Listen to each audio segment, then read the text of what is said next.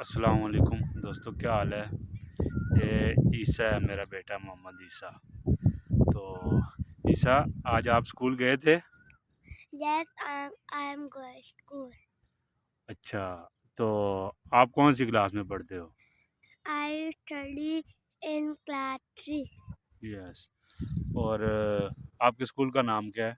My school name is Rise and Shine Public School Wakan. अच्छा, एक बात मुझे और बताओ, अगर तुम वहाँ पे खड़े हो, मैंने आपको बुलाना हो, इधर मेरे पास हो, तो इंग्लिश में क्या बोलूँगा मैं?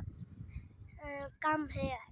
Come here. Yes. और अगर मैं बोलूँ उधर चले जाओ, तो फिर क्या बोलना है इंग्लिश में? Go there. Go there. बहुत अच्छे।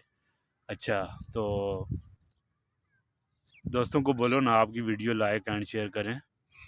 Please like and share, follow my video.